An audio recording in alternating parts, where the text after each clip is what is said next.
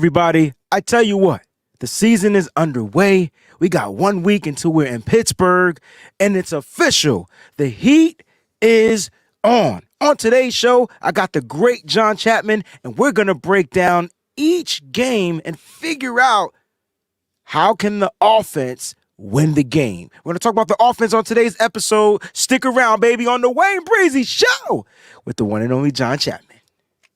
Let's go.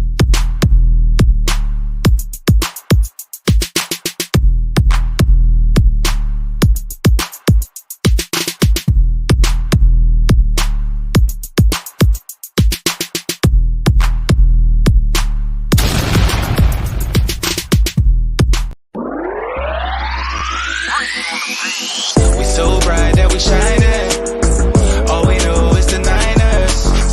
Red and gold at its finest. We so faithful to the bay. We so bright that we shining. All we know is the Niners. Red and gold at its finest. We so faithful to the bay. Yeah. What's going on, everybody? Out from the East Coast to the West Coast, we worldwide. Ain't known what puffing on live. If you with me, let me hear you say, aye. John Chapman, what's going on, baby? Aye. Aye. Dude, I'm so pumped to be here, man. Fridays have turned into, one, I always like Fridays, but it's always my least productive day of work. But starting Fridays off, recording with you, it's a good way to start the day, man. Oh, man, I appreciate that, man. Shout out to everybody out there, especially you, John. You are becoming like James Brown. I'm going to start calling you the hardest working man in show business, man. So keep up the great work, man. But shout out to all the Breezy Bunch crew members out there. I see the Countdown crew in the building as well. I got to give them shout outs. You know what? This is part of what they sign up for. So I want to make sure I recognize them out there. So Jax Knox is in the building. All right. Good morning, Breezy and Faithful. Have a great show. Peachy is in the building. Welcome to the show. Be sure and smash that like button on the way in. Join the BB crew. Don't forget to subscribe to the channel if you haven't, and let a friend know about this great 49er content with the hashtag BB. My man Dion is in the building from Niner Gang Podcast, and he's starting to show off with a question, John. So I'm going to give this question to you. We're going to put you right on the spot, very beginning of the show. Before we're just going to do it. Good morning, Breezy. Question. Why does Bosa get I can't even say the damn word. Preferential. Preferential. I mean, I'm trying to mess that up too. Treat, why does he get a pass? Damn it, just say pass.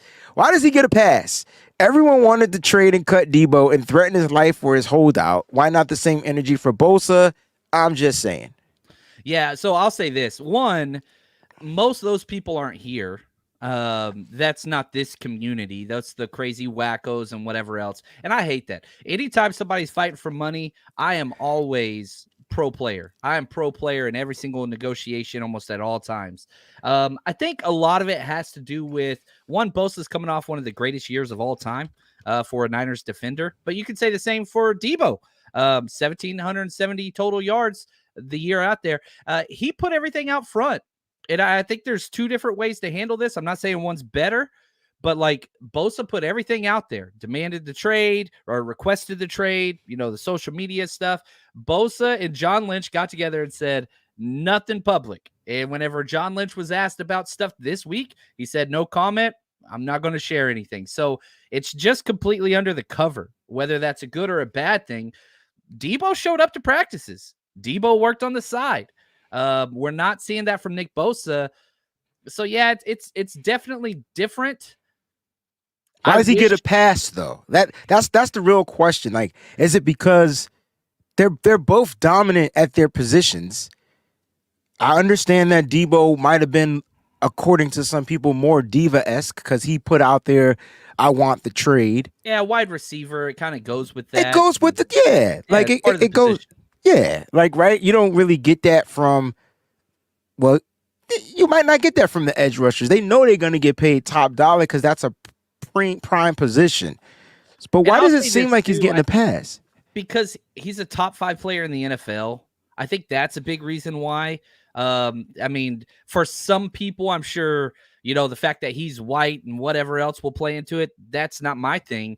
But I don't think anybody would disagree. Bosa's the best defensive player. He literally just won the best defensive player at the second most important player position in sports. So I that's my guess. I don't know. It's different for everybody. I was the one that was saying we're not trading Debo. We're not trading Debo. We're not trading Debo. No matter what, he's going to be on this team. I would say the same thing about Trey Lance though for a while until Brock got healthy. So yeah, I don't know. That's a question that you'd have to ask for those people. I don't understand it. I don't know why they went after Debo in the first place. I thought that was a mistake. And so yeah, I think a lot of it just has to do with he's a top 5 player in the NFL. There's a couple quarterbacks ahead of him, and that's it. I would not take any other position. I wouldn't take Justin Jefferson over him. I wouldn't take any other position over Nick Bosa if I could start the NFL from scratch. And so I think that's a big reason why. All right. Hey man, I like your answer. But All right. Legit question. It's definitely a legit question. I do feel like somewhat he's getting a pass. And I don't really care if he doesn't take to social media. I mean, that's his prerogative. That's maybe how he handles things. He's never been a social media person, but Debo is. Like some people get on social media and they tell their life stories, right? And then some people just don't, right? But at the end of the day, I just feel like we should have the same energy for both. And Bosa's still not here. It's 9-1, so we're on an official Bosa watch, right? We want to pay Nick Bosa and get this over with. And we'll talk about that in a second. But Dion, thank you for that. And thank you for starting the show off with a nice question. I appreciate that. We got a new member to the channel, baby. My man, Matthew Asada.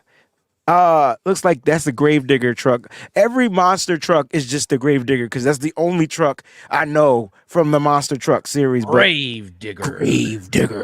It's funny. I like Speaking of, we have a Gravedigger on our team, Javon Hargrave. Yes. Ooh, it just came up with a shirt idea just like that from Matthew. Thank you so much for becoming a YouTube member. I appreciate that, Matthew. Real talk. I know we missed out on a bunch. Mike's in the building, Colin's in the building, Eddie G's in the building, Nigel's in the building, Brandy's in the building, Troy in the building, 187 on the undercover cop in the building, Niner Cali boy. We got to get through these, John. My man Oscar's in the building. Chrissy says hi, Breezie and John. She's in the building. Miss Debbie, happy Friday, y'all.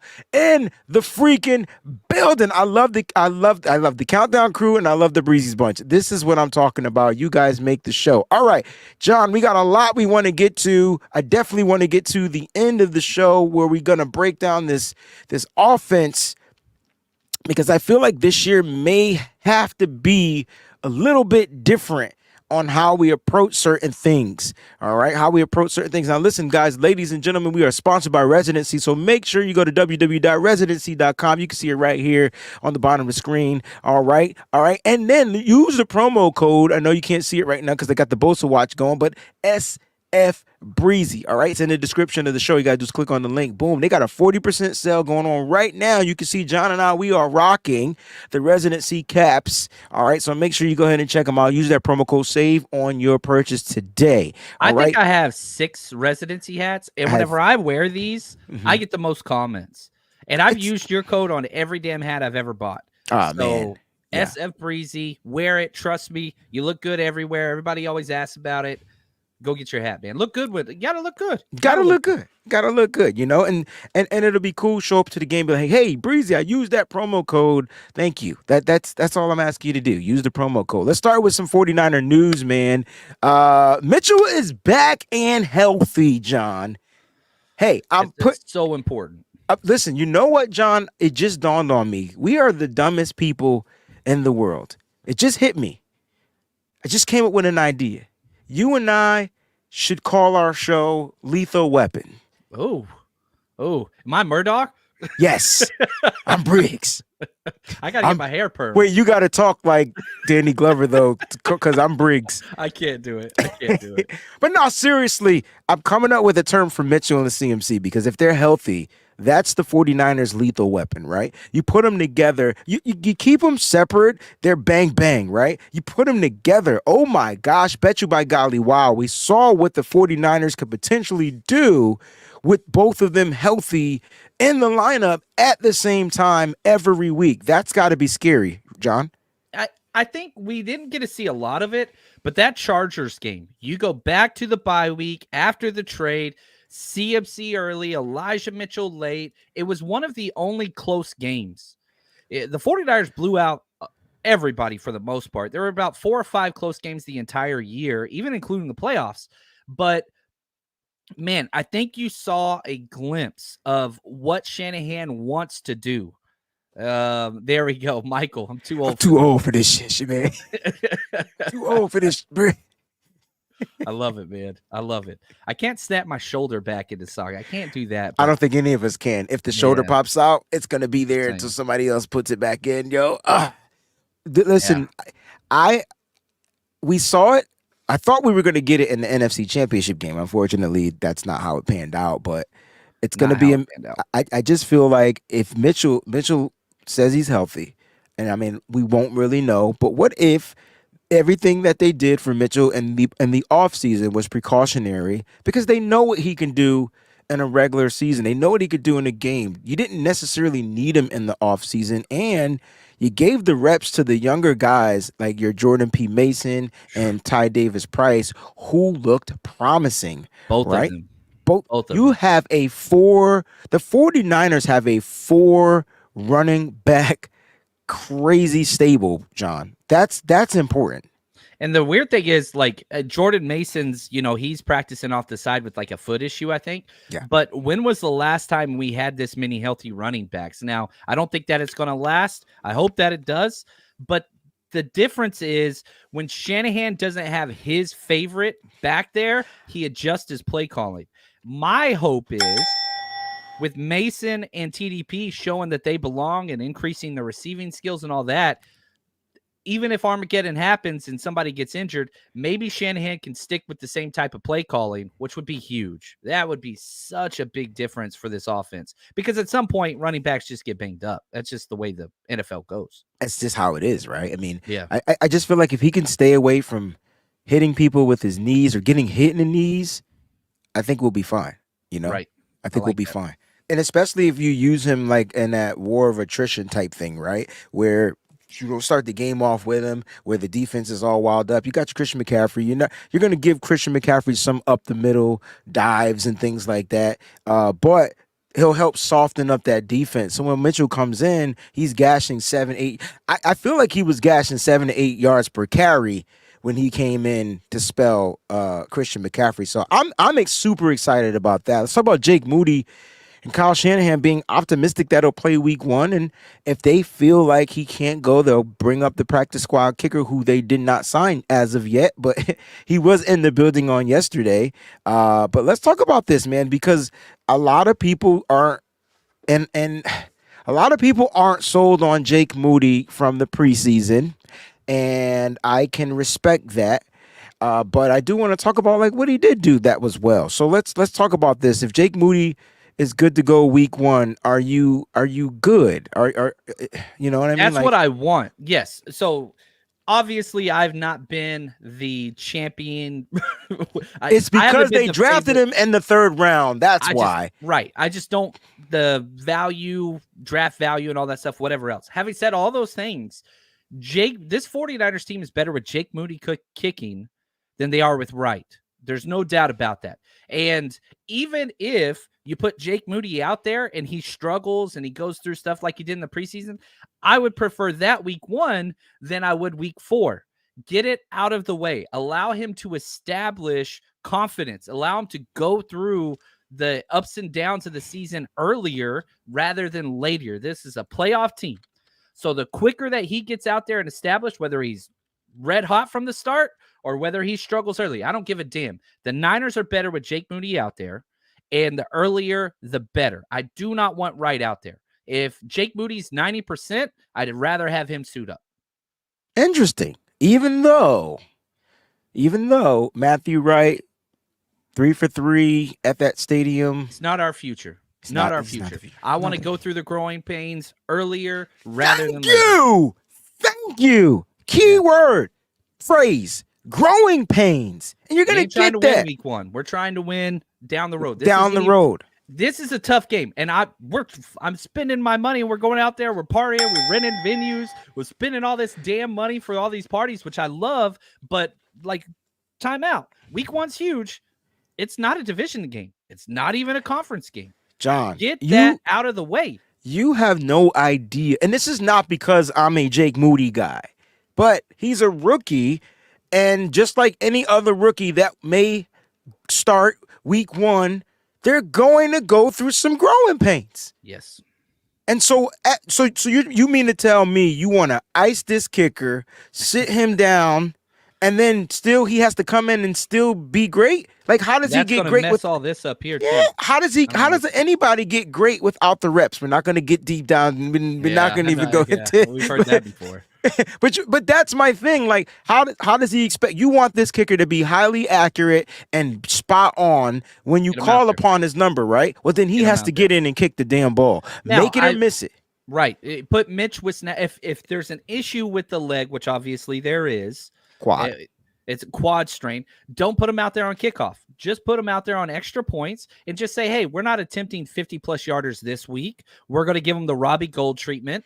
We're going to be 50 and under. We're not trying to get him to go out there and robo-leg this thing. So, look, we just need you to go out there, make your extra points, kick from 40 and under, and let's start building this the right way. I would prefer that over bringing up right from the practice squad. That's just me. Now, if his quad says, look, coach, if he goes out there and does that, he could re-aggravate this, then that's when you step in and say, all right, call the practice squad guy up. But that's the only issue. Now, I don't know what those medical checks are. I don't know where they're at. But the fact that Shanahan came out and said, we are optimistic that he'll be ready week 1, I'll take that. And I like it. We got a super chat contribution from Jax Knox. She says, so Wayne and John, do you guys think we will beat the Steelers? Also, will our defense come up swinging? I'm still 17-0. Brock Purdy, give me hope that it's accomplishable. That's a word? It is today. I think so. Okay, that's dope. Accomplishable. I'm not a smart man. Me neither. I made up my own word to follow up. I don't know why I have a problem with trying to figure out what the hell they're saying. I should just read the whole thing. She gave the explanation. If I would have just read you stumbling through it, though. I ain't gonna lie. Oh man, listen, I didn't write it. So anyway, do you think we'll beat the Steelers? That's the question. I think so. You know, the Vegas point spread's 2.5 points favoring the 49ers. The Bosa thing matters a lot. And I think even if he does sign today, which everybody kept, this was the prediction day. You know, my prediction day was after a long time ago, like a month ago is whenever I thought he would sign. But so, yeah, I don't know. But I'll tell you this, even if he does sign today, he's on a pitch count week 1. That hurts. This dude ain't playing a full game. Does he have to be on the pitch count, though? He sure as hell better be. He ain't practiced. He ain't hitting people, all that stuff. Now, maybe instead of 50 snaps, he gets 40 snaps or 35 snaps. But, yeah, we're rotating anyway. We've got all these healthy defensive ends. Yeah, I mean, if let's say hypothetically Nick Bosa signed today, I'm telling my coach, look, you got 35 snaps. That's what I would do personally. Again, not winning. But the question is, like, how we are going to win week 1, but that's not the goal. Like, but how effective would he be in those 35 snaps? Like, what if Nick needs time to churn up? Would you risk him playing? Would you have him playing and risk him, opposed to, or just not let him play until he gets a week of practice under his belt? Like, at that point, that's what I would. That's kind of like where I would be. I would go out there without Nick Bosa and the plans for this week, as long as you get him signed and get him back in the building. Now, for the defense, that changes up things. But I think they may have been preparing for this. And for the Pittsburgh team, they're going to look to take advantage of Nick Bosa not playing. Yeah, 100%. He's the best defensive player of the NFL. Now, just to put it in perspective, I just pulled up a random game, Week 12 last year against the Saints, which we'll talk about in a minute. He had 45 defensive snaps. So I think and he was healthy. So you like, we're talking the difference between 5 to 10 plays here. Like, you're just backing them off just a little bit. Yeah, but those are huge 5 to 10 plays. But Bosa's not out there. This ain't the same defense. I mean, I keep going back to that Atlanta game, John. and there was no Bosa, period. And the Niners defense, I know the offense made mistakes, but usually the Niners defense usually helps to compensate for the offense making mistakes, or they'll get the ball back or whatever. They just got bullied in that game. Like there was no Nick Bosa, there was no pressure to me up front. That I feel like the Niners are in the same realm, but we can't say that they're the same when you added a high valued player in the middle, in the interior. Now, I don't know what that's going to look like or translate on the football Excited field. about it, man. I'm super excited about Javon Hargrave, but again, I don't know what it's going to look like, right? But it's still going to be a little different without having someone setting that edge out there and taking up double teams. Yeah, I agree. You know, I want Cleveland Farrell out there opposite Bosa. When Bosa comes out, I want Kerry Hyder in there. Right. I want to see Drake Jackson on pass rush situations only. That's what I want. That's what I would prefer. But we'll see. We'll see what we get. Yeah, it's gonna be interesting to see how week 1 pans out. But again, we got some time, so that's the good news is we have time. But every day that goes by, we have less time, and I think that's what makes it 9 days, man. 9 days. 9 We fly days. out. I fly out to Pittsburgh 1 week from today. What's today? Friday? Me Friday. too. Shoot, I'll be there. I'll be on a plane. I just realized that. We got to record next Thursday. 7 days. I got an early flight. Yeah. 7 whole days we'll be in Pittsburgh. You know what I want to do in Pittsburgh? I want to do a show in Pittsburgh. Is that possible? Yeah. All right. I'm bringing everything I own. We're going to Pittsburgh. All right. Because I feel like we haven't gone live since the draft, and that was a couple of years ago together. Like, we got to figure it out. Look, John, and let's before we get into everything, let's talk about the injuries, because this is what worries me a little bit. Now, I want to know how worried you are. And shout out to Edgar with the super chat sticker. I wish I could see this damn sticker. Edgar Ascoli, thank you so much for the super chat sticker. We truly appreciate your contributions and your support to the channel. Injuries: George Kittle, Talanoa Hufanga, Greenlaw, Jordan P. Mason, Gibson. Wait a minute. Both our starting safeties is on the damn injury report. And then Aaron Burks. John, like, which one of these make you feel like, oh man, they may not be available week 1? I would say each one of them is probably going to be ready to go week 1. Okay. Kittle's the biggest question mark, I would assume. Hufanga could go today. A lot of this is just preventable, and so we'll know a lot more the Wednesday, Thursday of next week's practice. Coaches treat this like a bye week. And so this is a time to get everybody healthy. Let's get everybody up, ready to go. And so you're very all those players were working out on the side field this week. So I think a lot of them are going to be out there. So the Kittle one is my biggest question mark with his issue. That's the one that Kittle changes everything. Kittle changes everything. What's funny is they're asking me what the hell is Gibson's injury, and I can't tell you. I don't even remember him being injured other than him being old. So like, I don't remember an injury. He didn't play much in the preseason, so I don't know what that injury. I feel like it's undisclosed. He just wasn't practicing yesterday, but he was there. He was on the sideline. All these players were on the sideline except for George Kittle. George Kittle didn't practice, period. They did say that they plan to have Kittle back Monday for practice. That's the plan. And so that's what makes me a little concerned. Kittle didn't play week 1 last year either.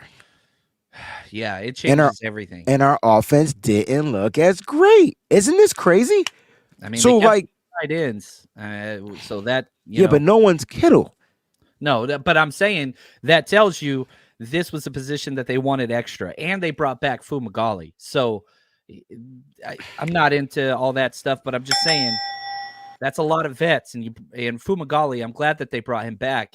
I would have had him on the active roster personally, but I would not be shocked if Braden Willis was a healthy scratch. You promote Fumagalli, and you have those 3 guys. I don't want that. I want Kittle out there. He's one of my favorite players, and I know Kittle wants to be out there, but just a concern, just something to keep an eye on. We'll see what happens next week.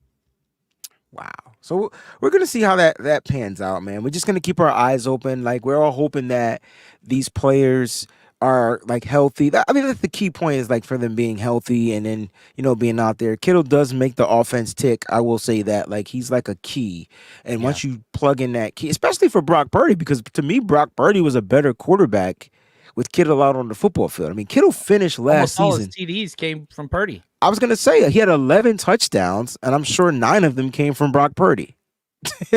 They sure as hell did. I want that exact number. Oh yeah, let's get that exact number, man. I got you right here. Because I'm thinking that at minimum 9 of them Johns came from Brock Purdy, bro. Look at you, East Coaster. Johns. East Coaster. That's right, man. Don't you love it? I do. I always do. All right. So if we're looking at 2022, he had 11 touchdowns. And so Miami's when it started, 4 of them came beforehand. So 7 came from Brock Purdy. And of those 7, all 7 were in the final 4 weeks of the regular season. He scored 2, 2, 1, 2 to end the season. So it was only 7? So he got 4 from Jimmy, none from Trey, and 7 from Brock. Okay. Correct. I like it. Listen, but my point is he helps. You're going to be, if he doesn't play week 1, you're going to be worried about the run game a little bit. You're going to be worried about him being that threat in the passing game as well. And so you're taking a big chunk of your offense away and you're putting it on somebody else. I think the best matchup for the 49ers is going against those linebackers. Okay. I think that's everything. And so the greatest stress that you could put on these linebackers is that CMC, Debo, Kittle kind of triangle, right? Let's go freaking Phil, 96 Bulls, all that stuff, right? Offense, baby. Let's go. And so that's what that does is you just, what the hell do these linebackers do? And so you got Cole Holcomb, that's their starter, right next to Roberts, Landon Roberts. I think it's the biggest weakness of their team, of their defense. How do you attack it without Kittle? And so I think you can still attack it with CMC and Debo for sure, but you're taking away Scottie Pippen. You know what I'm saying? Like somebody that's going to do all the dirty work.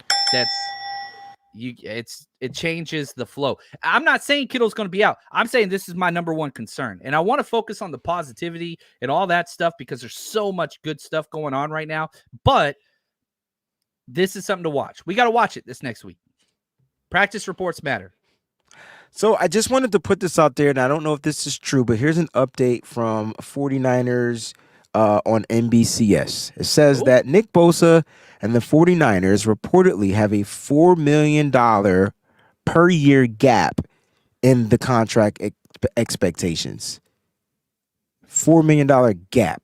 So if you want to know what the holdup is, I'm not sure if this is 100% accurate. That came from Albert Breer. It came from Albert Breer. And so the $4 million gap is usually when a top tier player gets a new contract, you go about 10 to 15% over the previous biggest contract at that position. Nick Bosa plays defensive end. The last biggest contract 2 years ago, TJ Watt. However, we're in a weird spot because Aaron Donald got this giant contract last year, even though he doesn't play the same position. And so this whole argument, not saying it is accurate, but this whole conjecturing that's being put out there is that Bosa's people want to go off of the Aaron Donald contract. The 49ers want to go off the TJ Watt contract. How much of this is factual, we won't know. But if that's the case, that's where that $4 million comes from. So that's a big gap. Mm-hmm. One contract was done 2 years ago, and one contract was done after winning the Super Bowl for a Hall of Fame player. Back in 2020, though, right? You talk about Aaron Donald's contract was done back in 2020. It was done right after they won the Super Bowl, correct? I don't know when I don't really care when that was, but I feel like it was 2020. Am I wrong? It was after 2021. Okay. Yeah, so his first year of his contract, it was done in 2022. Does it have when they signed it? I don't know, but that's a big ass gap. Mm-hmm. Like Damn, no wonder.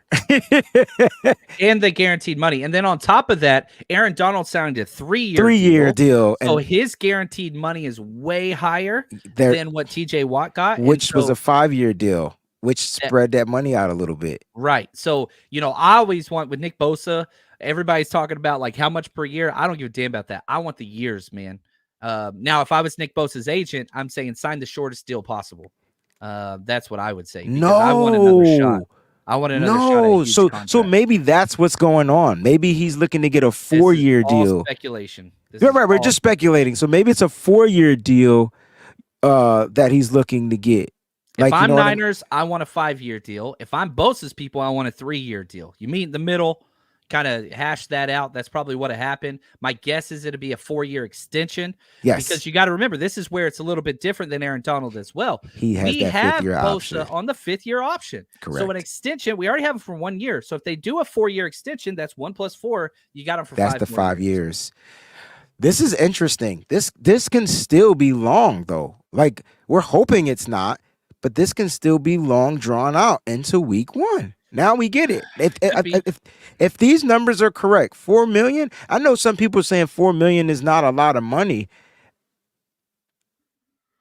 It's a lot for me. It's a lot for me. It's a lot for the Niners. We can't put ourselves into this because it doesn't apply. Well, it's a lot for the Niners too. I mean, they and it all depends on how they're trying to make up that 4 million. Like, where are they trying to pay him? Is it in the signing bonus? Is it in this? Is it incentive base? Is it like, sugar? Let me put this into just a different feel. A player that's getting $4 million cap hit right now on the 49ers is Jake Brendel. So that $4 million difference is the difference in your starting center. Does that make sense? So that puts it into the way in which the Niners are looking at these quote unquote numbers. Interesting. All right. Well, we told you we're going to be on the Nick Bosa watch, and whenever updates come through, we're going to give you those updates as we are live. I'm refreshing like a madman. I'm just hoping the next update is that we signed. That's what we're hoping for. But then we can put a lot of stuff to bed. And let me ask you this, John. With Nick Bosa, 49ers defense is number 1. Without Nick Bosa, where do you have us ranked? I think we're kind of a 5 to 10 defense. And I think that's a big ass drop. It is huge because what I think, even with Nick Bosa, defensive end is probably the weakest position group of our defense. And so whenever you take away that ace in the hole, that changes things. Now, can the 49ers win week 1? Hell yeah, they can. Yes, they 100% can win without Nick Bosa. But it changes things. It really, really does change. I mean, he's the best defensive player. He's that damn good. He's dominant against the run. He's dominant against the pass. Every play he's out there is a positive. And it's in the defense's head or the offense's head. You got to scheme for this guy. Let's talk about the roster because Nick Bosa isn't currently accounted for on the 53-man roster. The Niners have their roster put together. They got their practice squad and sync, and I think we have a pretty damn good practice squad roster. And shout out to all the players and shout out. You know who I wanted to give a shout out to and a round of applause to? Your boy Quantrez Knight, who had a deal with a different team. You want to say that team? Yeah, the Arizona Cardinals. He got 2 teams put in practice squad, offered him practice squad in the NFC West, and he chose to come back. I didn't think he would. I didn't think he would. Because he 100% outplayed Isaiah Oliver and got passed over. And so that's rough. And so I'll say this, in my opinion, if he doesn't get a shot to get called up, the next available opportunity, you can peace out that dude. He gone. Now, let me ask you, I got a couple questions for you. Now, I do want to put the context out there that he did pass up the offer, and it was because they wanted to Arizona wanted to put him on their practice squad. They had another guy ahead of him. They put a claim in on him for the active roster. Yes. So they put in a lot of claims. They claimed, and this is what's crazy too, talking about the roster. The 49ers lost the most players or were claimed off of our waivers with 3. Cardinals put in 3 claims on our players alone. And so they put in a claim for Quantrez Knight to be on their 53, but they had somebody ahead of them that they put in a claim as well, a priority claim. So that's why he didn't get there. Then they offered practice squad. He said, no, I'm going to stay with the Niners, which I think is smart. But if he gets a chance to be on an active roster, he's taking that. That's just the way it goes. He'll Interesting. take it. He should. It's a giant pay raise. Niners passed over him for Isaiah Oliver. That was my question. I knew I had a question. Giant pay raise. So like he's on the practice squad, right? Correct. Which means he can't leave, right? No, he could leave for an active roster spot. Oh, he can leave. And he could go in and you could say, look, man, I need you to cut me. I need you to waive me. Okay. Like, you're not going to give me a shot. He would still have to clear waivers. Correct. Well, Okay. no, because he's not on a 53. He would just literally be dropped. Be a free agent. Yeah. All right.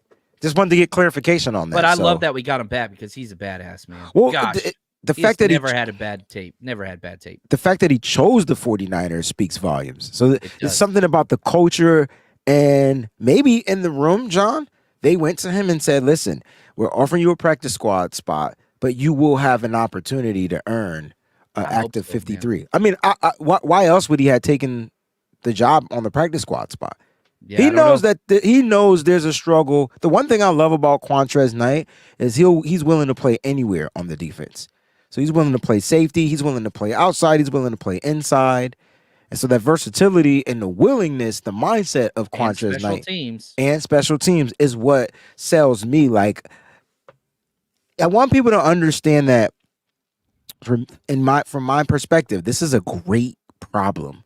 The 49ers are stocked and they were loaded already, and they just needed to fill in certain holes, and they're lucky to be able to get some of the talent that they were able to get to stash on a thing called the practice squad, aka the developmental league. Like, right? And so like they were lucky. And to have a guy like Quantrez Knight, who you have been highly sought on from day one. Him and Jordan Mason were my guys. Him and Jordan Mason. There's a possibility. My guy's gone. He's on the Jets. There's a possibility that he will get the opportunity, not just from like an injury, like literally he might get the opportunity. So I think that's one of the reasons why he chose to come back with the 49ers. And speaking of the roster, John, let's rate the roster. Like, how do you feel? There's no Nick Bosa on the roster. So how would you rate or grade the roster? You could just do it simply offense and defense, and then start with the defense. How would you rate the defense? And then give me your rate on the offense, and then we'll jump into the next segment. Without Nick Bosa on the defensive side, I'm going B+. Like, it's still a B+, A- in that kind of territory without Bosa. Now, you added Bosa, and that's where things change. I think the two kind of red flag areas is that defensive end spot opposite Bosa if he's here, and then that nickel spot. And then if you put Demo there in the nickel, now how's Ambry Thomas going to play against George Pickens week 1? That's the matchup that I'm just like, it keeps me up at night. I don't like that matchup at all. I think the strength of George Pickens goes against the biggest weakness of Ambry Thomas, which is contested catches. I don't like that matchup. So there's just two areas that's kind of funny you brought that up, because I'm going to defend Ambry Thomas. Rightfully so. He's had a hell of a camp. I'll defend him with you.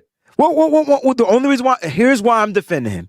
When he's matched up against freaking talent, he's fucking a lock. He's a lock.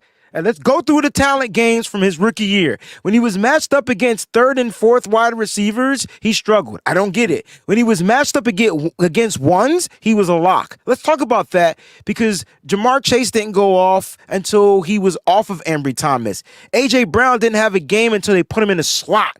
Like, let's talk about the strength of Ambry Thomas to where, like, something about the competition ups the level of his play. He has to be better against the weaker, the lessened competition. I think that's his issue. But when you put him in the spot, hey man, you got to guard the number one dude. He kind of plays well.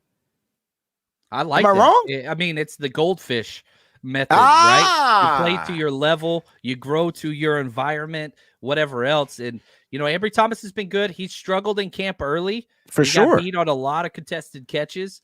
But you're right. I mean, he's been playing with the ones. He's played good. That one play in the preseason still drives me absolutely bonkers with like 20 seconds left. He bit on the out route, but we'll see. That's going to be the matchup.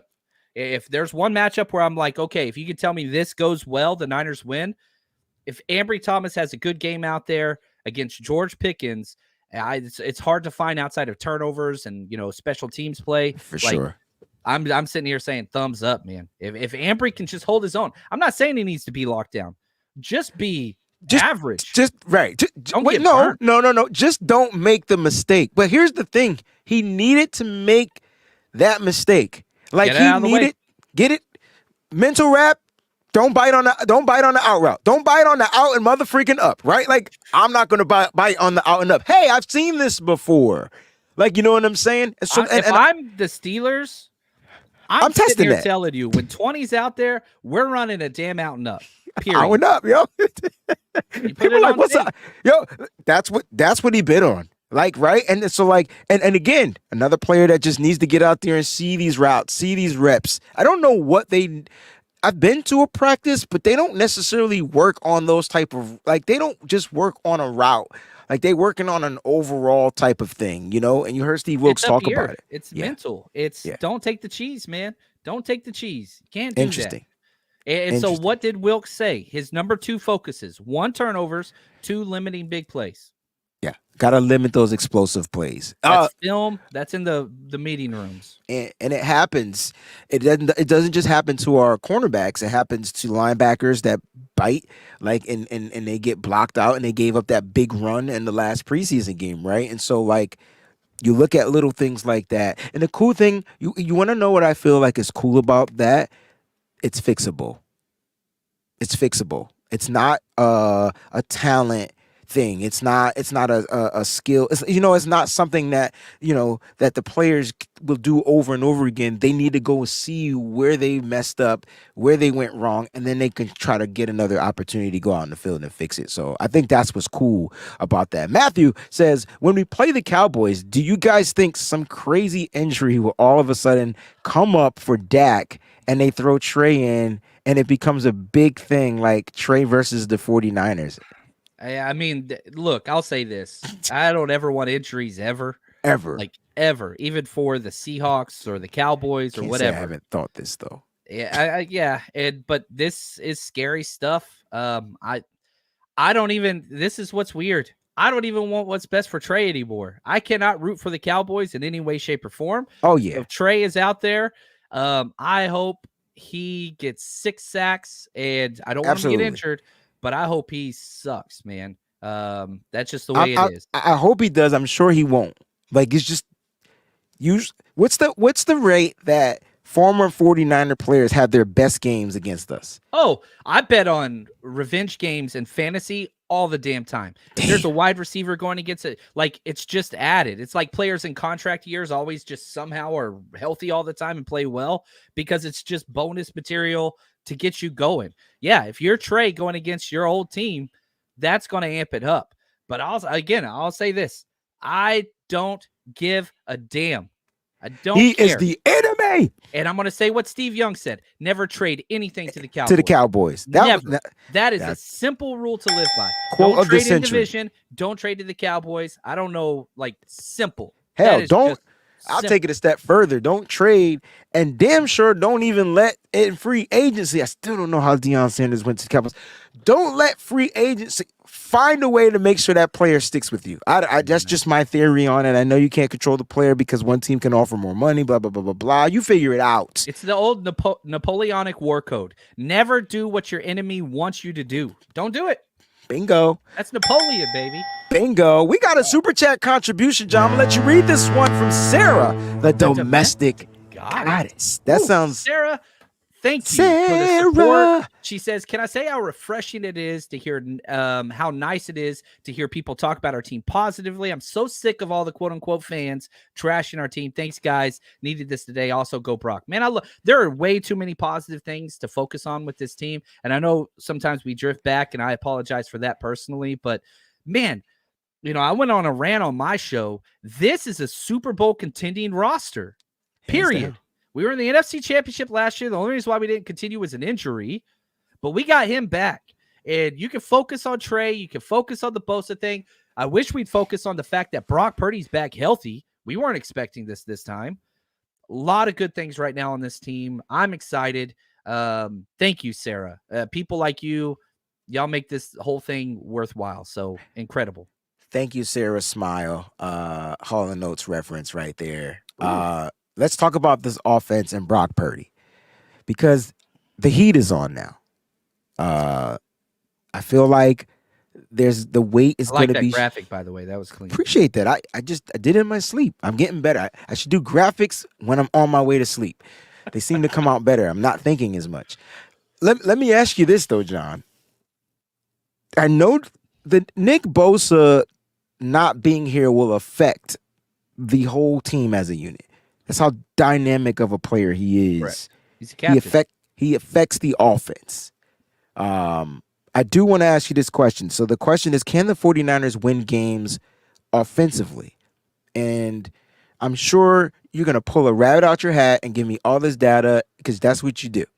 But I do know with my eyes, you're the data guy, I'm the eye guy. And I know with my eyes, I watched him do it last year toward the end of the season, and I sat there and said, Brock Purdy's going to win this game. The defense was shit with Nick Bosa. The defense was bad. I mean, bad. Like Michael Jackson, worse than bad, right? And I'm saying I'm saying Brock's going to come out here and figure out how to win this game. And he did just that, John, literally. We had to put up a lot of points, and we walked out of there with a Robbie Gold field goal. And was it in overtime? Yeah, it was overtime. Whoa. So, first of all, will the offense have to do more of that? That's my first question. And then can they figure out how to consistently win games offensively? You know, if you look at when Brock Purdy came in, you scored over 30 points in 6 out of 8 games that he played in. 6 out of 8. That's incredible. That's incredible. Now, the offense wasn't always amazing. There's a few games that kind of stood out to me. The Denver game before Brock Purdy scored 10 points. Falcons, 14 points. That one we'll talk about. Saints, 13 points, but it was a shutout. And then the Cowboys game, he scored 19 points. The one commonality that I found in all of those games, not even, and I understand Brock wasn't there for 2 of those, but the idea was these were teams that were very good against yards against the run. Denver was 7th against total yards. Saints were 5th. Cowboys were 12th. Now, the Falcons were kind of the anomaly, and again, that was before Brock. And I think a lot of this goes to BMac on Twitter. You go back to that Falcons game, 8 passes broken up, 2 interceptions, 2 fumbles, 1 return for a touchdown. And I think that's a big reason why the defense couldn't get the Falcons off the field. We were missing all the starters, whatever else. So I went through the whole season, our whole schedule, and I charted. I went through and charted 3 things. Where teams rated last year against total points, where teams rated against total yards, and where teams ranked against yards per rush attempt. And so I think these are the games, you talk about the heat being on, these are the games that are a concern for me for our offense. And I know I'm going a long part, and I'm sorry about this, Wayne. No, this is your time, bro. Do it. But here's what's crazy. We do not play a team that is top 10 against yards until week 11. Hold on. Week 11. I know you got the stats. I just want to put the schedule out there. So you're talking about total yards that they give up. Correct. Last year. Now things do change, but we're going to go off of last year because we don't know what this year is yet. So we have to go off of last year's stats, right? So the Steelers, who we got week 1, they were 13th against yards, so just slightly above average. Rams week 2, 19th. Giants 25th. This is all out of 32 teams. Keep going. I love it. Cardinals 21st. Cowboys, who we played last year, we scored 19 points. They were 12th. That's week 5. So if you want to highlight that, they definitely have a great defense, no doubt about it. Browns week 6, 14th. Yeah, Vikings 31st. The Vikings are a really bad defense. Bengals 16th. So that's your week 8. Then you've got a bye week. You come back, Jags 24th in yards, Bucks 9th. We beat the Bucks last year 35-0, and they got worse. They got a lot worse this year. So the first time you play a top 10 team against total yards, they're not the same team. Seahawks week 12, 26. Eagles 2nd, week 13. Obviously, that one's going to matter. Seahawks again, week 14, 26. Cards 15, 21st. Ravens, I hate that Ravens game. Christmas. They're 9th against yards. I do not like that Ravens game. I'm just telling you. So far, 2 teams. Yeah. And Commanders week 17, 3rd. Yeah, we had a tough one against Wait a Commanders minute. last time we played them. Their defense is that great? against I felt yards. like we Yeah. beat them though convincingly.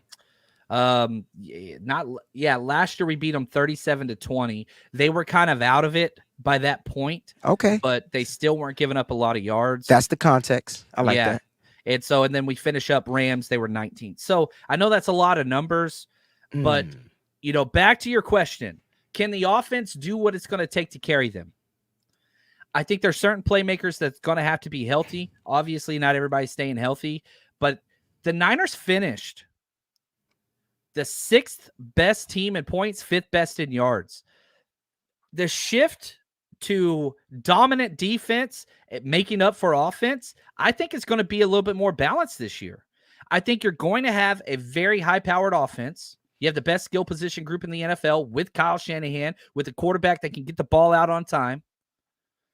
I truly do believe that this offense is going to be a top 5 offense, if not top 3 offense this year. So to answer your question, whole bunch of mumbo jumbo. Yes, the 49ers offense can carry the defense early, which we have not seen in the Interesting, because usually it's the other way around. Now, this year, it may have to be like that. So now you're asking the 49ers offense to go out in Pittsburgh on the road and put up 30 plus points. That's you want to talk about the heat being on. That's some heat that's going to be on his shoulders, especially if Nick Bosa is not out there. Like, again, that's the caveat, and that's why we're having this discussion. Because if Nick Bosa is not out there, the defense, John already said that the defense goes from 1 to top 5 through 10. So top 10, right? That's great. We're not saying that they're 5. We're not saying that they're 10. It just slips back a little bit, right? And so, or a lot of it, however you want to look at that measurement. That, to me, is why that's why I'm even asking the question, John, because I'm saying Brock's going to have to go out and figure out how to make sure that the offense is ticking. Kyle Shanahan is going to have to call games of his life, and those players got to go out there and execute. Now, mind you, we may be out without a Kittle. We may not be able to exploit their weakness, which Kyle is a genius at, right? We might not be able to exploit their weakness without having your dominant tight end out there on the field. I'm not saying that Dwelly and Warner can't do what Kittle can do. I feel like if you're looking for explosiveness, it's got to be Brady. And that might be a game where Fumagalli gets called up and somebody else gets called down. You know what I'm saying? Because he can pass protect, and he can also be an extension in the run game as well as pass catch. So it's going to be interesting to see. We don't have all of this stuff laid out for us as of yet. This is hypothetical. This is just us having a conversation. Right. But let's just say Bosa's not here week 1.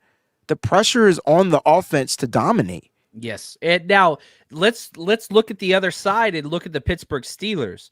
They have had the best preseason games, period, with their number 1 They're team the offense. number 1 I mean, if you want to go watch this offense, they dominate. Now, Kenny Pickett Matt looks good. Kenyatta, I'm not sold on that offense. They scored 30 points once all of last year. They do not like to compete in games that are high scoring. They want to control. They want to run the ball. They want to control time of possession. So I don't think that you have to get to 30 points to win week 1. But if you do, that's a dub. It's not going to be a 33-30 game. That's not the way they are built. So you're saying that you don't see I'm looking at our defense being at an all-time. How many points did we give up in the Atlanta Falcons game? Just curious. I think it was 28. Is that That's correct? fine. I think that's off the top of my head. That's the only game we didn't have Nick Bosa playing last year, right?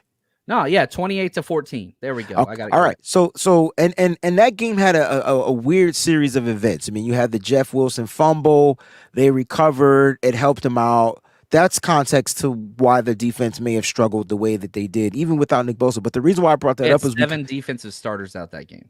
That's fair, but Nick Bosa is the key. So, who else was out that game? Just curious, since we're talking about that. I know. Oh goodness, let's go back and look at that real quick. Just that box score, it was just god awful.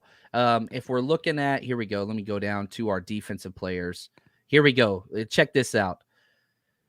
We did not have Azeez Al-Shire was out. Okay. We had different cornerbacks. We had our cornerback that was out. Charvarius Ward was out. He was out that game. Yep. Let's see, man. I'm kind of going through this backwards. I'm trying to figure out, was that did he play that game and then get hurt in that game? I can't remember. What? Say that again. Mooney Ward. I remember him playing in a game and him getting hurt. Or was he out that game? Yeah, that's where he got hurt. You're correct. Okay. Yeah, right. that's. And then he missed the next couple of, and then he came back to Kansas City game. Eric and he still looked hurt. Armstead was out. That was huge because they just kept running up the middle. We had Kinlaw out. Good we job. Had Bosa out. Yep. We had Samson Ebicom was there. Yeah, I mean, it was just to mess up the middle. I think you hit the nail on the head, man. The whole defensive front, the starters were missing. Even with Kinlaw, he was a starter last year. He won't be a starter this year. So that's really good context to call out. Well, I'm saying that to say this. Are you confident with the defense? The interior should be set. There still should be there should be much more of a pass rush from the interior perspective. We know what we saw in preseason, but we can't really count that. Are you confident? Like if I'm the Niners, I'm preparing without Nick Bosa. You have to. Yeah, I mean that's all you can do. He's not there. So how do you people I see in the chat they're saying, listen, we need to keep Kenny Pickett under pressure. Well, how do you do that without blitzing? You got to get pressure up the middle, and you're going to blitz. No, they're going to blitz. They're going to blitz. And get back to this idea of, you said score 30 points. The over-under on the 49ers Steelers week 1 from Vegas is 41 points. That's a 22-18 game. That's what they're projecting. Okay. Like a 22. But that's a close game. They have us winning. It's one of the lowest over-unders of the entire week. It's the first game of the season, and usually it's not a lot of points put up. And it's like the lowest. It's the second lowest projected game. The only game that's lower is Cardinals versus Commanders, and there's just no offense. It's going to be a defensive battle. It's going to be a defensive battle. It might not even be that high. It might not even be 40 plus points total.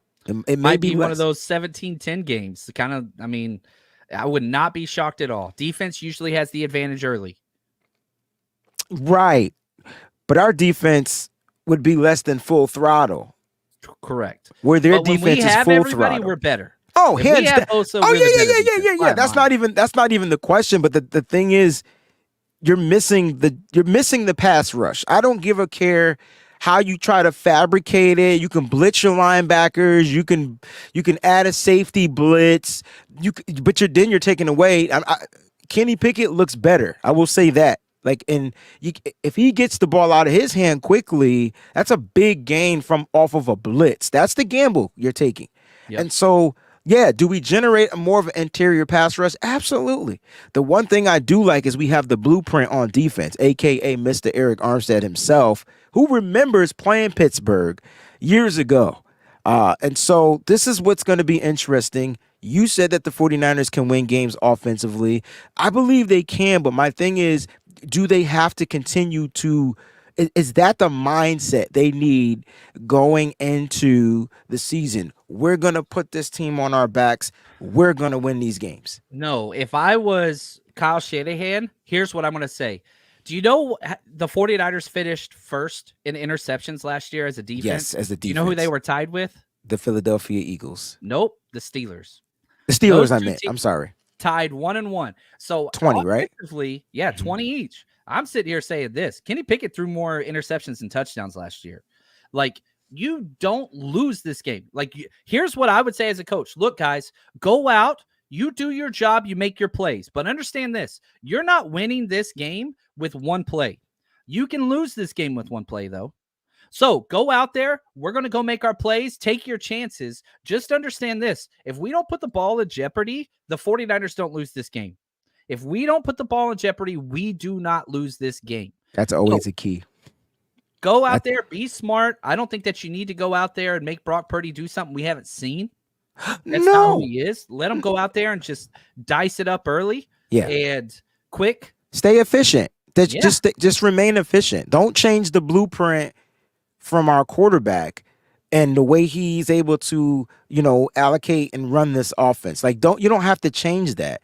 Now, their job, though, is to make him uncomfortable. which to me makes me a little bit more worried because I know TJ Watt is going to be. I just know not just TJ Watt, but that defense is going to be looking to get after him. They're going to probably do their due diligence and taking advantage. And we're giving you a quick little preview. We're going to do this next week, but we're giving you guys a little quick preview on how we're going to be trying to break this team down. They're going to try to take advantage of Colton McKivitz. Let's just call it like it is. That is the newest addition to the 49ers offensive line. And so for Brock, he has to continue processing as quickly as possible. And so I see a lot of check downs. I see a lot of quick throws, quick reads. I would love that. And I'm okay with it. Yes. If you're getting check down first, is a win, guys. If you're getting first downs, why the fuck are we complaining?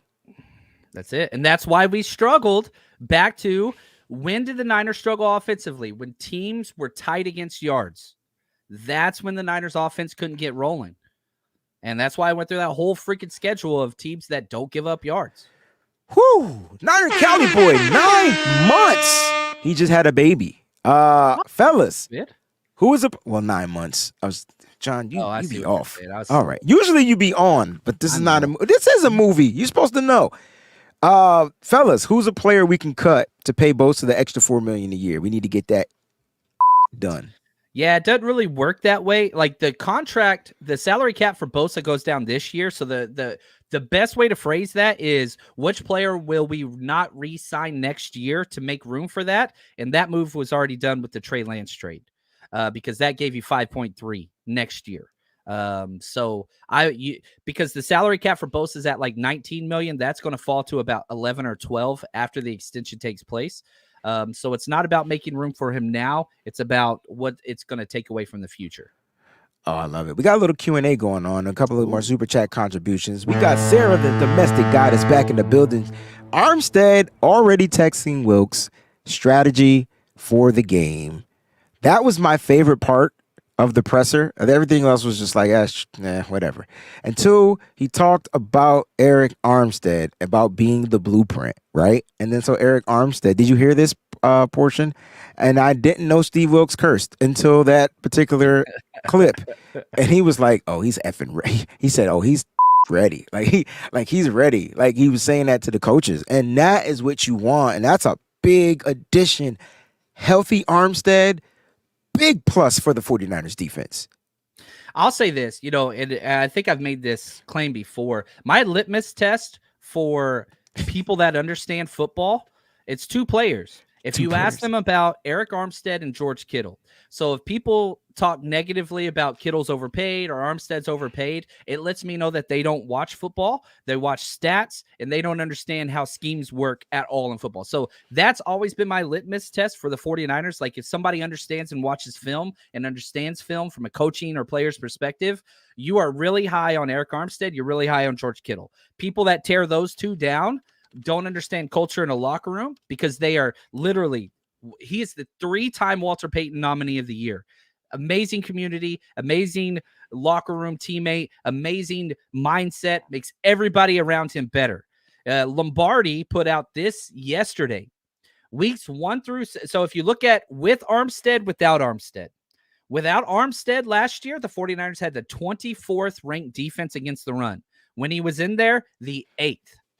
Sacks with Armstead, 4 per game. Without him, 2.7. He makes every single person better around him. And that's why whenever I see like people criticizing Armstead and stuff, I'm just like, you really don't, you don't understand what the bigger picture is. You look at a stat line and you see sacks or non-sacks, which are the least. Anyway, I'm sorry. Armstead's incredible. It's not why they extended Armstead. It wasn't for his production in sacks. It was for his production to continue to be better, to make everybody better. He's like that amoeba, and then think about it. When he wasn't there yesterday, last year. He was struggling with the turf toe, and then he broke his other foot, and then he broke his other. Ironically, right? And then we just couldn't get it together. And then come down the stretch when he finally started getting healthy. He looked like a dominant interior guy, and then our other interior guy was breaking down, right? And that was after 4 straight years of not missing a game. He went 4 straight years of not missing a game, And then both defeat happened. Ooh, getting that liquid death in there, big dog. But yeah, so like again, like the culture of the 49ers, the mindset of the 49ers, the heart and soul of the 49ers, these two guys I think are, everybody loves Warner, everybody loves Bosa, everybody loves Hufanga. But like, again, I'll go back to this. If you're listening to somebody that's like tearing apart Eric Armstead, I'm sorry. I just question whether or not they understand football at all. I just question it. I want to shout out Kittle Me This. He's been lighting it up in the I like chat. that name. I do too. That's a t-shirt. Kittle Me This. And put the question mark like as the Riddler. If Bosa continues to hold out, can we win with Armstead, Hargrave, and a rotation of defensive ends? Yes. Completely. The Cowboys game would be the first one, week 5, where it's like, all right, yeah, got to have them out there then. I don't think week 5's in question, but I would have said the same thing about week 1, yet here we are. But I'm kind of more of an optimistic person. So, yeah, you got Rams week 2. Yeah, that's definitely a winnable game. I think probably the worst roster in the NFL outside of their 3 superstars, which now it's looking like Cooper Kupp might not be ready. Giants week 3. Great coaching staff. They're freaking lunch pail workers, but not a great roster. Week 4 Cards, terrible team. Week 5 Cowboys. Yeah, you get through it, but you don't want to get through it. You want to go through and dominate and set the tone. And you need Bosa for that. I agree 1000%. Mike Ing, those liquid deaths are fire for sure. I'm just the watermelon, the melon flavor is the best one to me. If you can find those, this comes in a red can. Go ahead and grab them. I am not sponsored. Pumpkin spice latte freaking coffee, baby. I can't drink coffee. It messes me up. There's nothing new on Nick Bosa as of right now. I'm refreshing, not saying anything. I'm hoping I'm hoping at least we have a ground of what's going on, right? The $4 million, things like that. That's perhaps, right. And so like, hopefully that's kind of like what it is, or whatnot. And I know that the Niners and the team and Parag and those guys are doing their due diligence. And I don't think there's a middle ground. They got to figure out that $4 million. I think the ball is in the Niners' court, and they got to figure out the $4 million. John, are you thinking the same, or do you think Nick might budge? Nick ain't budging. They're not budging. Why? They're already super rich. Why? Like Papa Bosa is making his sons pay back every penny. They are descendants from the mafia. The grandfather's nickname was Joey Bats. And are you serious? Because yes, that was his weapon of choice. Allegedly, you can go look this stuff up. Like, I gotta look this up. John, send me the links. It's not like. Oh, yeah. I love it now. I'm way more connected. I love this. I didn't know this. Fort Lauderdale don't play. Yeah, he was in the Chicago like mob back in the day, at least rumored. Joey Bats. Yeah, that just sounds dope. Well, unless you were tied to a chair. Jack says 17-0. 17-0. She just looked at the schedule. Man. We went back through it. She had one off day where it was 13-4. Oh, did she? That was after the Trey Lance trade. I think she was tight. And now she's back on the 17-0. You know what I'm saying? To see, I've never met in person, Jax. I'm excited about that. None of us have. This is going to be interesting to meet any of the fans. Wait. Speaking of that, John, let's talk about what we got planned. This is our 4th year doing these Rush road trips, and it's finally kind of coming together, and really, really excited about what we got going on. The night before party, now it's turned into a day before party. We're taking over for the 49ers Invasion, their official party, which they just announced 2 days ago. It's going to be at McFadden's. We take over for them. We wanted to find a way where fans aren't being pulled in different spots. And so we could just keep people together. And so, yeah, you have the 49ers official party hangout run by the organization. Then we take over. It's so very excited. We're going to be Saturday from 2 to 9 p.m. at McFadden's. We've got unbelievable stuff. We've got trivia competitions. We've got competitions against other people. We're going to have all kinds of different games. We're going to have college football games on. Texas and Alabama is going to be playing. We're going to be having just an absolute blast. Then we've got the tailgate the day of. 3 blocks from the stadium, walking distance, less than a mile. It's going to be incredible, man. Hang out with Wayne, myself, Eric. I see Eric in the chat. Peachy, man, Jax. It's going to be incredible. Go to 49ersrushroadtrip.com. 49ersrushroadtrip.com. Get your tickets. Probably going to sell out on the tailgate. We have sold a lot of tickets, which is awesome. And if you can't make it to Pittsburgh, we've got 11 other games we're throwing events for. Head over there, check them out. They're available for all of those. Every home tailgate will be at. Go get your tickets, 49ersrushroadtrip.com. The moment we talked about he fixed the avatar, tell me that's not bad. That's not a badass avatar. That's pretty clean. That's pretty clean. Did you do the graphic? Did you like if you did that, Kiddle Me This, please hit me up. That's pretty cool. Because you said Riddler, but I think Kittle would prefer the Joker. He does prefer the Joker, but when you say Kittle, on his arm. So maybe I could do a T-shirt in the light of the Joker making fun of the Riddler. Like, you know what I mean? Look at you. You go Inception level deep. I'm on it. Nolan would be proud of you. Hey, man. Coach Cruz got me bling blinging. He got me spinning, man. I wanted this is my birthday present. Oh, look at! Are you kidding me? Coach Cruz got you that? How cool is that? Coach Cruz just be finding them things. You know what I'm saying? So I'm out here bling bling, pinky ring work, by fitted bling bling. That's my people right there, man. The Southern boys, man.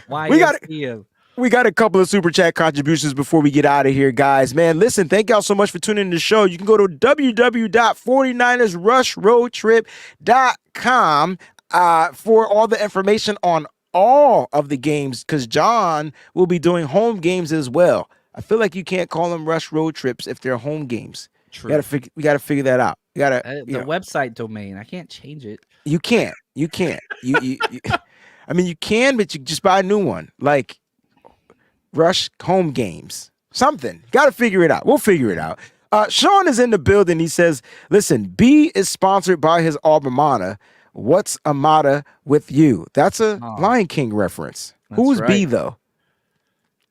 Breezie? I thought he's talking about you and all your Michigan stuff, I'm sure. I'm sure, because I can tell you right now, since John done changed the game and booked the place for 95 freaking hours, I'm gonna be watching Michigan game the whole time. So don't ask me to say nothing during that time. John knows though.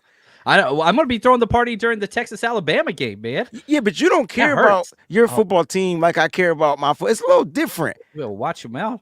I felt like I was about to get pimp smacked on the online. Because you're different when you watch your college team. I watched you watch them. It was different. It's a different vibe. I'm one track minded. If I got something to set up for that, I'm like, all right, I got to set this up. I got to put this on the back burner, which is hard. That's difficult for me, but I'm trying. Jack says she's excited to see both of us. You get to see John and I, a.k.a. Dumb and Dumber, a.k.a. Lethal Weapon. I'm trying to think of some other badass duos. Batman and Robin. You get to see us. Kid and Play. Kid and Play. Can we do the Kid and Play for everybody? I mean, we could try. I mean, I'm gonna fucking break my ankle, but I just wanted to know. I'll start practicing. Okay, because you'll probably do it better than I will. Like, you know what I mean? Next time I vacuum, that's what I remember whenever he was practicing doing the thing before the party. There we go. Oh, I was getting my legs up. They probably not gonna go back down. Eddie G and the B-Dogs can't wait to see everyone in Jacksonville. John, you got something special planned for Jacksonville, right? We do. We have the honorable Frank Gore, the legend, going to come party with us the night before. If you really want to party with me, let me see what you. Let me stop. I'm getting excited, man. I'm getting excited. I've been like a little down lately. I'm tired of all the news. Like, none of it's been, it's been Protect your fandom, people. Protect your fandom. I'm so big on that. If somebody is causing you to not enjoy this, if you're not enjoying this, what the hell are you doing? So protect yourself, man. And so if that means staying away from certain accounts on social media, including myself, if I'm on a whatever tear, like, protect your fandom. This is supposed to be a good thing. It's supposed to be a great thing. That's why I'm friends with this guy. Absolutely, man. We are brothers. We're happy and we're singing and we're colored. Give me a high five. Psh. John, take us home, baby. What a great show. Shout out to everybody out there, the Breezy Bunch crew, the Countdown crew, and all the other crews. We had Chiefs in the building. We had Rams in the building. I just love it. I just love fans from every nation, every team to come in here and just smack talk. That's what I kind of love. Like, you know what I mean? So, John, we'll see them in Pittsburgh, right? Yes. We got a Tuesday show here at home, and then we'll see them in Pittsburgh. There we go. I love it. I love it. Oh, we just got a super chat come in late. My man Charles, that edge up is crispy. Sorry, that's the first thing I saw. You got the sunroof open to highlight it and everything. Getting in the saying, scene man, with the gangster lean. Nice. He says, I'm going to be at that Jacksonville game. That game is going to be, I think the two biggest parties that we're going to have this year, actually probably three. The Pittsburgh week one's always big. That Jacksonville game's the closest to like 10 states. And then the Arizona party is going to be crazy because they didn't get a game last year. And that's one of the largest chapters of fan bases. So those three are going to be crazy. Doesn't mean the other parties won't be great. They're just going to be a little bit more intimate and more interactive, which is a good thing. Niners _ Nation. The Madden would either be Wednesday or Thursday of that week. Of the game. Every Madden live simulation will be the Wednesday or Thursday of the week because I'll be traveling on Fridays the majority of the time. And then if it's a little different, they'll be earlier. So if we have a Thursday game, it'll be on a Monday or a Tuesday. Like interesting, right? Or Wednesday. I might try to keep it on Wednesday. I want to know what biases I have. I see this out here and Everybody's got a bias. There's nobody that does not have a. Everybody brings their own. Yeah, but which one is he talking about? Probably Michigan. Probably Michigan. Probably Embry. Oh, I see what he's saying. Nah. When Embry looks like doo-doo, do I not say he looked like doo-doo? You do. So if Jake Moody is out there and he misses, he's going to get it.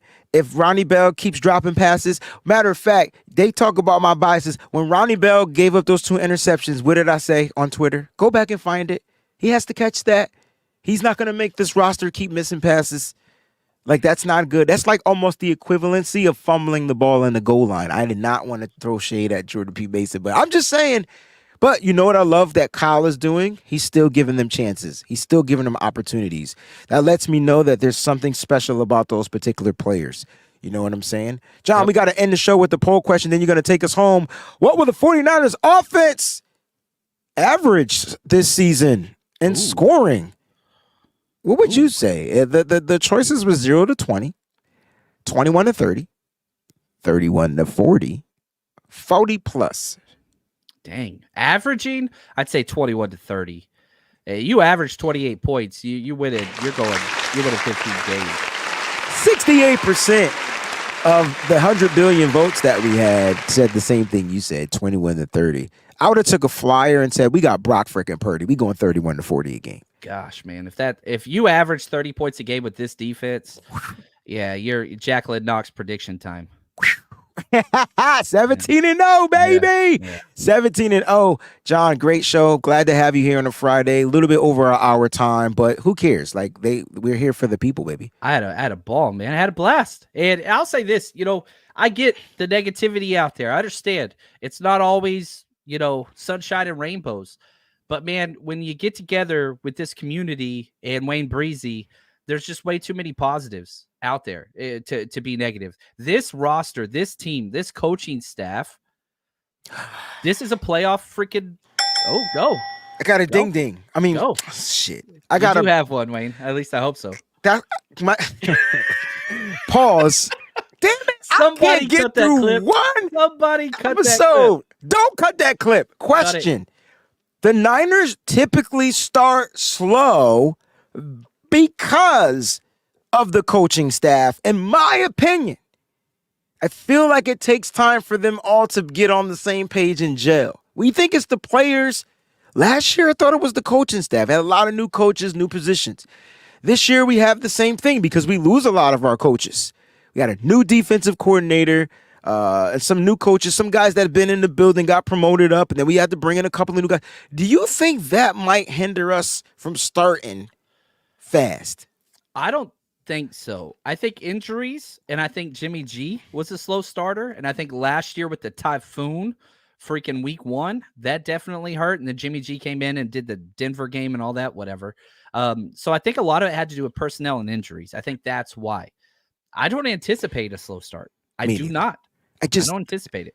I don't either. I just prepare for the first drive not to be a scoring drive, but then it starts to build. You know what I'm saying? Like, because if I'm Kyle Shanahan, let's say you get a 10-play scoring drive on the first drive, you do score. Cool, I'm cool with it. But I still feel like he tries to feel the defense out. What are they giving me? Like, let's test this. Let's test that.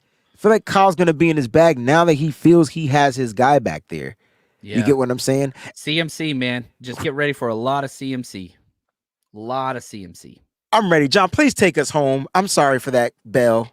My bad. That's okay. You get a ding ding. You got to share it with everybody, buddy. Appreciate everybody. Y'all are incredible. This community. I love it. Wayne, thank you for having me on and just for embracing the community, building the community with positivity and knowledge. I freaking love it. And until next time, guys, stay strong, faithful. I be sipping gold bar, whiskey on the rocks, and a 24 karat gold on a watch. My 7-1 Chevy be tipping non-stop, sounding like Trent Williams on the block. So you know we can't stop, we be banging through your speakers. Wayne Breezie on the field or in the bleachers. You can tune into my show and I'm a teacher. Wayne Breezie, the 4-9 preacher.